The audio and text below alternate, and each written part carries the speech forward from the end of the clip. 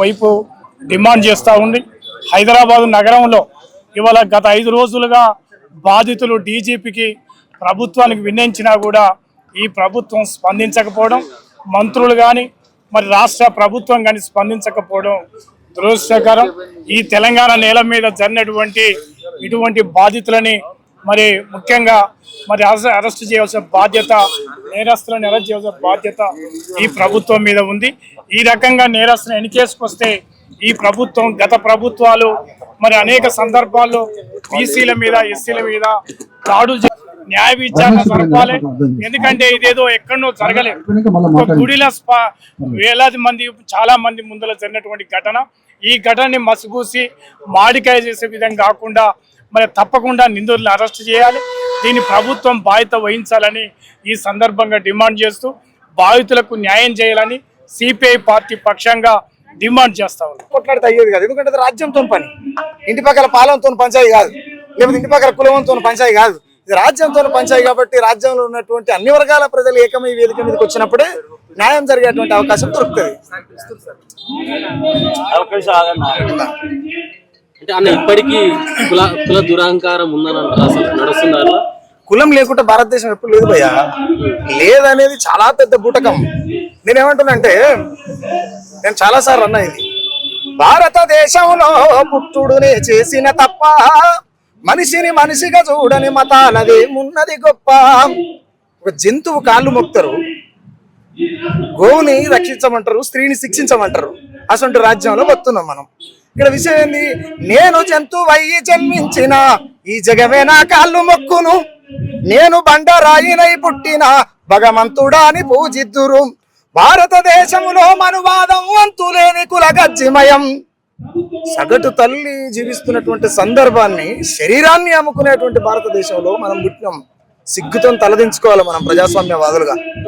ప్రజాస్వామ్యం బతికలేనటువంటి అప్రజాస్వామిక దేశమైనటువంటి భారతదేశంలో 145 కోట్ల జనాభా ఉంటే వీళ్ళంతా కూడా మతం మత్తులు, కులం మత్తులు, భక్తి మత్తులు వాళ్ళ జీవితాన్ని మర్చిపోయి మాకు ఏమీ చేత కాదురా నాయన అని విముక్తి లేనటువంటి భక్తిలో బానిసలై బతుకుతారు. అక్కడి నుంచి రియలైజ్ అయితే తప్ప ఇలాంటివి జరగకుండా ఉంటాయి. కులం ప్రస్తావన లేదు, కావాలనే కులం ప్రస్తావన తీసుకొచ్చి పెద్ద ఎత్తున రచ్చ చేస్తున్నారని మాట్లాడుతున్నారు. రచ్చ చేసేటోళ్ళు ఎవరో రాజ్యానికి చూపించడం పెద్ద పని ఏం కాదు కదా. రచ్చ చేసేటోళ్ళు ఎవరో వీళ్ళు అనవసరంగా రచ్చ చేస్తున్నారు, ఈ రాజ్యం చూపించడానికి పెద్ద పని. మరి చూపించాలి కదా. చూపించినప్పుడు వాళ్ళు మాట్లాడుతున్నటువంటి వాళ్ళ వాక్యాలన్నీ కూడా తప్పే కదా బ్రదర్.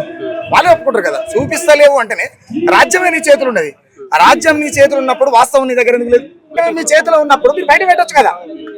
మీరు చేస్తున్న అన్ని ఫేక్ ఉద్యమాలు, ఇది తప్పురా నాయన, పాప లేదు లేదా వాళ్ళ తల్లి కడుపులో పిండమే కాలేదు అని చెప్పారు. ఎట్లనన్నా ఇక్కడ పోరాటాలు, ఆ ఘటన సమస్య పోరాటం చేస్తున్న ప్రతి ఒక్కరు స్వరాజకీయం కోసం మాత్రమే పోరాటం చేస్తారు. చిన్న ఇష్యూ, దీన్ని పెద్ద చూడకండి. దేశంలో చాలా సమస్యలు ఉన్నాయంటూ రజక సంబంధించిన ఎమ్మెల్యే మాట్లాడుతూ మణిపూర్ లో ఘటన జరిగింది. మానవాళికి మూలమైనటువంటి తల్లి మానవులు ఏళ్లు పెట్టి ఊరేగించినటువంటి భారతదేశంలో ఉన్నటువంటి మనం, అది చిన్నదే అవుతుంది. 2 నెలల చిన్నపిల్లని కాళ్ళ కింద వేసి తొక్కితే ఇది చిన్ననే అవుతుంది. మరి పెద్దదేది కుళ్ళని కాపాడమా?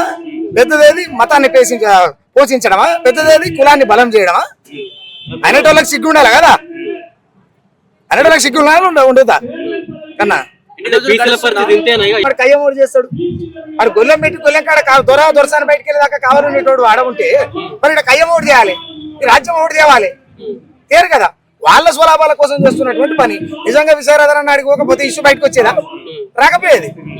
ఆయన చాలా మొండోడు మీన్ న్యాయం అనేది ఖచ్చితంగా జరగాలి. న్యాయం ఇరుపక్షాలు ఉండాలి. న్యాయం ఉన్నప్పుడు ఈ సమాజం బాగుపడుతుంది. ఇది ప్రజాస్వామ్య దేశం కదా, దీన్ని అప్రజాస్వామికంగా ఎందుకు మారుస్తున్నారు అనేటువంటి ఫైట్ ని ఆయన బయటకు పట్టుకొని వస్తాడు.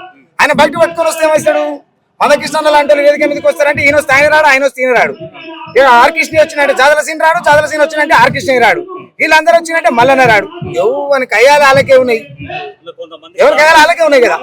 అంటే 100 రూపాయలతో మొదలైనటువంటి ఏదైతే గొడవ ఉందో, గుడ్లలో 100 రూపాయలు ఇచ్చే నియమంపై ఏమంటారు? అంటే దర్శనం చేసుకోవాలంటే 100 రూపాయలు ఇవ్వాల్సినటువంటి నియమంపై ఏమంటారు? నేను నాకు వ్యక్తిగత అభిప్రాయం ఏం చెప్తానంటే, నిన్ను రాని అని గుళ్ళకి నిన్ను ఓడమన్నాడు.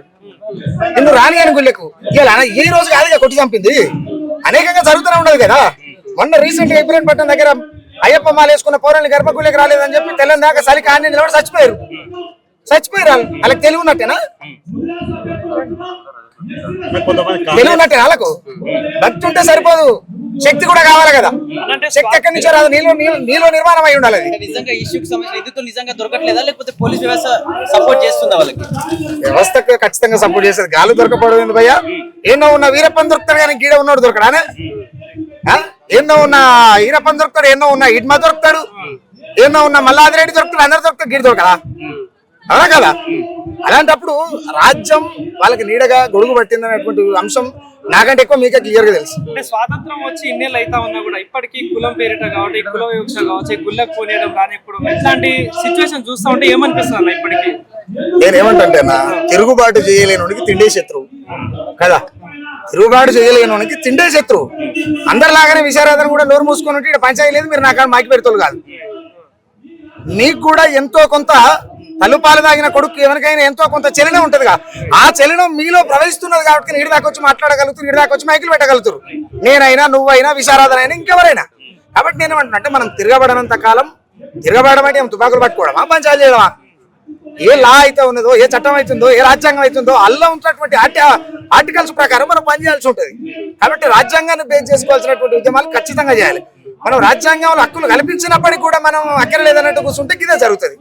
ఇలా ఇడికే అవుతుంది. రేపు ఇది అనుకోకుండా జరిగిందా, అనుకోని జరిగిందా, ఏదేమైనప్పటికీ ఆధారాలు బయటకు వచ్చిన సందర్భంలో రేపు ఇది క్లియర్ గా రోజు జరిగేటువంటి అంశాలు ఇవి. నాకు తెలిసి ఇది ఫస్ట్ పెట్టు అనుకుంటా. ఈ సందర్భంలో గత 3 ఏళ్ళు, ఇంకొక 5 ఏళ్ళు, 8 ఏళ్ళు దాటేలోపు ఇది ఆనవాయితీగా వస్తుంది. ఇది ఆనవాయితీగా రాబోతున్నది. ఆడపిల్ల నడి రోడ్డు మీద తిరిగితే అర్ధనగ్నంగా ఊరేగించేటువంటి సమాజాన్ని మనం తొందరలో చూడబోతున్నాం. ఇది గుర్తుపెట్టుకోరు. అన్న, కులం కుంపటిలో ఈ మునిగిపోతున్న ఈ వ్యవస్థ గురించి ఒక పాట పాడాలి. ఎందుకంటే ఈ దేశం కులం అనేటువంటి గజ్జి తలిగినది ఏది కూడా ముందర వల్లే, నేను అందుకే ఏమంటున్నా, తక్కువ కులం అంటివా దోసుక తింటున్న దొర, నీ ఎక్కువ ఏమిటి బంగ్లా మీది బడా దొర. బండి సత్తాను ఒక టైంలో ఈ పాట రాసిండు. ఇట్లా మాట్లాడుకుంటూ పోతే అనేక పాటలు. నేను ముఖ్యంగా ఏమంటే ఈ దళిత బహుజనులు ఎవరైతే ఉన్నారో వాళ్ళు ఏకంగా అనంత కాలం ఈ వ్యవస్థలు అవస్థలు ఇట్లనే ఉంటాయి. అవస్థలతో కూడుకున్నటువంటి భారతదేశ వ్యవస్థలో మనం సంసారం చేస్తున్నాం అంటేనే మనం బతుకున్నామా, లేకపోతే బతుకున్న శివాలమా, ఏం చేస్తున్నాం అనేది ఓవనికాడు ప్రశ్న వేసుకోవాల్సింది ఖచ్చితంగా. నేను అందుకే ఏమంటే, ఎంత చెప్పినా గానీ దళిత బహుజనుడో ఓరి రాజన్న, ఎండ్రికిచ్చాలోనే ఎక్కి జారేరో ఏమి సేతు, అప్పటి పూటకే ఆరాట పడుతూ దళిత బహుజనుడు ఎనుకొచ్చే ముప్పును ఎవడెరగడాయే ఎట్లా చేతు, ఎన్నాళ్ళు ఎన్నేళ్ళు ఇంకా ఎన్నాళ్ళు ఈ గోస, అగ్రవర్ణాలకు ఆట బొమ్మలవా చెప్పరే మీరా. ప్రతి ఒక్కరి ప్రశ్న వేసుకోవాల్సినటువంటి అవసరం ఉన్నది.